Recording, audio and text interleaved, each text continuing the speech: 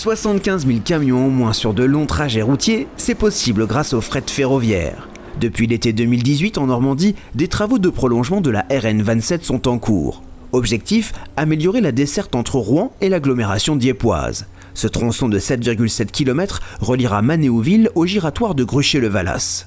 Ce chantier génère de nombreux déblais à déplacer, 1,3 million de mètres cubes. Si la moitié est utilisée sur place, le reste servira de remblai sur deux autres chantiers du département, l'écoquartier Flaubert à Rouen et la ZAC de Port-Jérôme au Havre.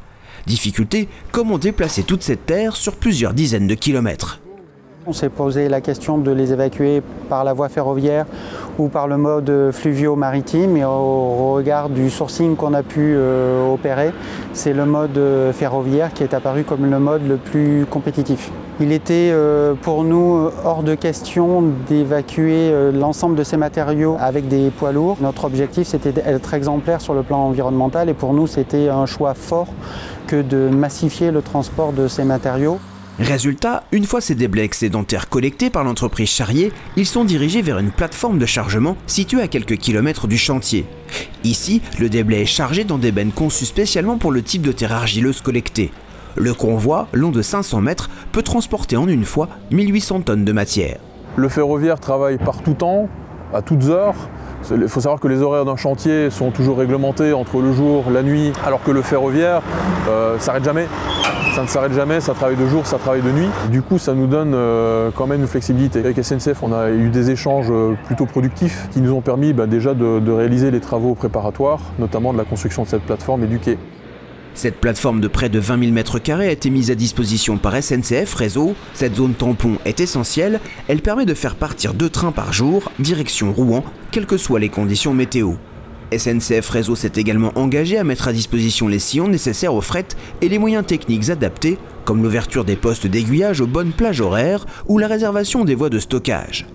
Autre acteur incontournable, Colas Rail.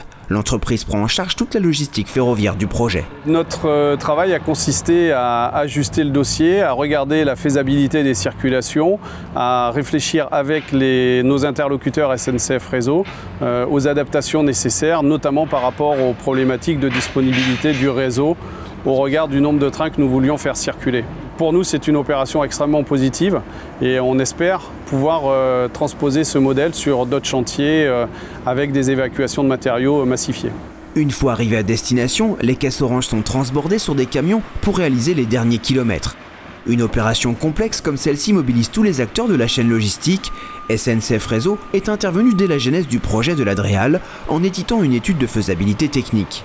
Une fois l'appel d'offres lancé, les prestataires ont eu à disposition les contraintes ferroviaires du chantier grâce notamment à un catalogue de sillons. Au lancement du programme, SNCF Réseau a dû s'adapter aux échéances de chacun des acteurs. Chez SNCF Réseau, en fait, tout le monde s'est mis en ordre de bataille. Toutes les activités ont compris l'enjeu.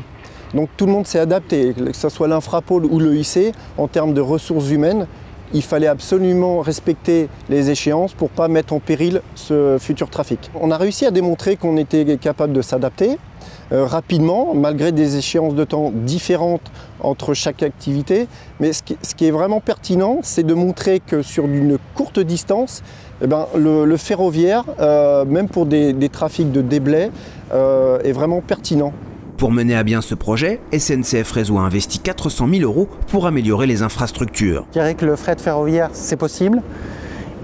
Il faut de la patience, du temps, un peu d'anticipation, et oui, on peut y arriver, moyennant une volonté forte associée au projet qu'on a à réaliser. On n'a eu aucune difficulté dans la qualité de nos relations avec les équipes de SNCF Réseau pour concourir aux résultats que l'on a obtenus aujourd'hui. Alors que les premiers trains ont débuté leur navette entre Dieppe et Rouen, une question reste en suspens. 300 000 m³ de déblais doivent encore être livrés à un deuxième chantier situé à Port-Jérôme, près du Havre. Pour cette seconde phase, le recours au fret ferroviaire n'est pas encore acté et reste en concurrence avec le mode fluvial qui pourrait proposer un modèle plus compétitif pour évacuer les déblais depuis Rouen.